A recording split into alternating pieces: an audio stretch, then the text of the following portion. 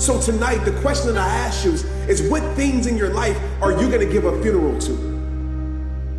What things in your life have to die? What things in your life have been keeping you from seeing the greatest version of yourself, have been keeping you from knowing your worth, have been keeping you from seeing how special you are?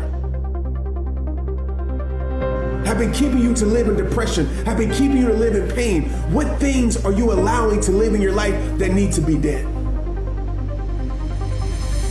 Because the truth of the matter is, and I'm not trying to put fear in your heart, but I'm putting reality on your mind. The truth of the matter is, we're all gonna die. But the truth of that is, not all of us are gonna live.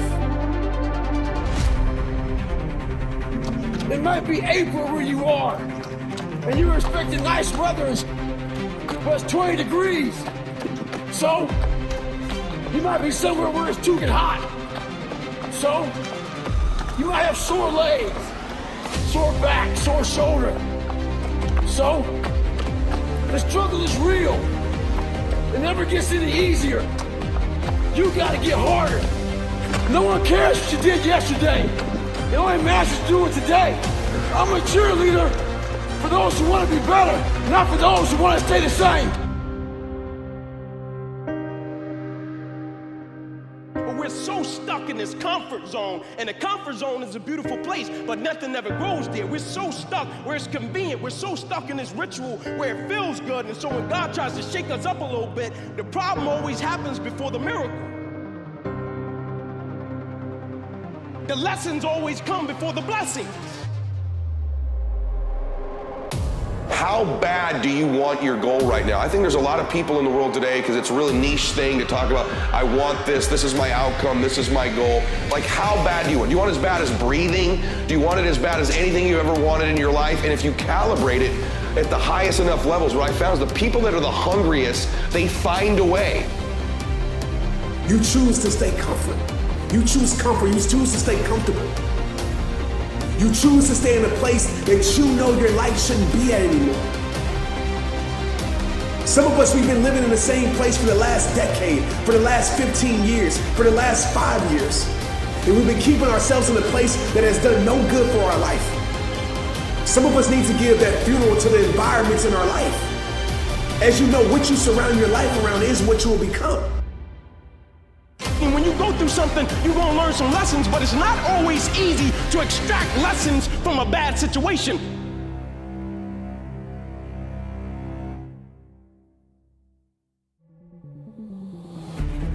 To me, every day is a beginning, a new day, a new week, a new shot at life. An opportunity to come out of the gate like a man possessed and attack the day without mercy. Today, I'm taking scalps. I'm putting the pressure on. I'm the aggressor. I'm on the attack. And of course, I will get tired. I will get beat up. I'll get knocked down and drained, and I will have some bad days. But I will not stop.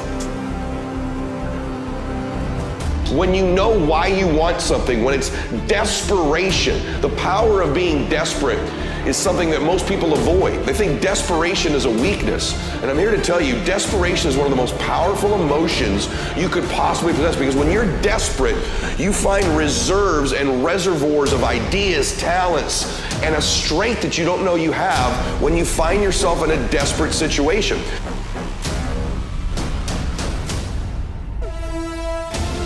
So the number one thing we need more than anything to win is hunger, which comes from a state of desperation.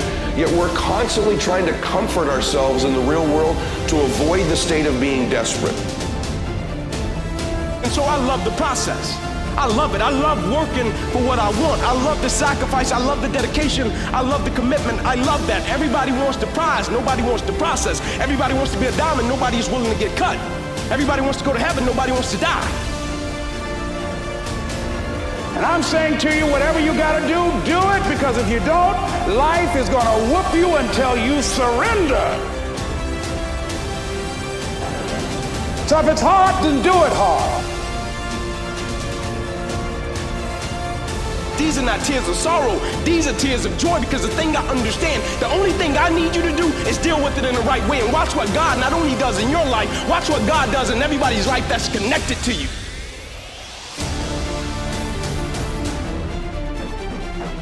And the thing about every storm has an expiration date.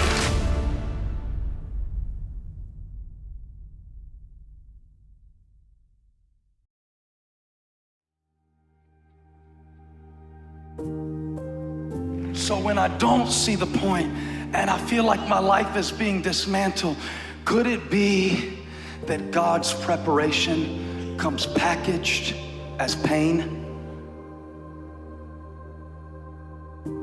And maybe if you could see it that way, it wouldn't take the pain away, but it would give the pain a purpose.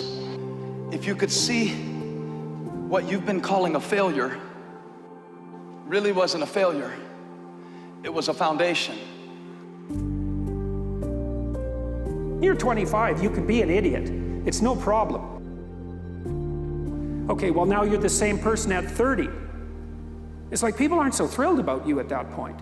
It's like, what the hell have you been doing for the last 10 years? Well, I'm just as clueless as I was when I was 22. It's, yeah, but you're not 22. You're an old infant, right? And that's an ugly thing, an old infant. So, part of the reason you choose your damn sacrifice, because the sacrifice is inevitable, but at least you get to choose it. Part of the proper path of development in the last half of life was to rediscover the child that you left behind as you were apprenticing. And so then you get to be something and regain that potential at the same time. Make a decision. Because if you don't decide,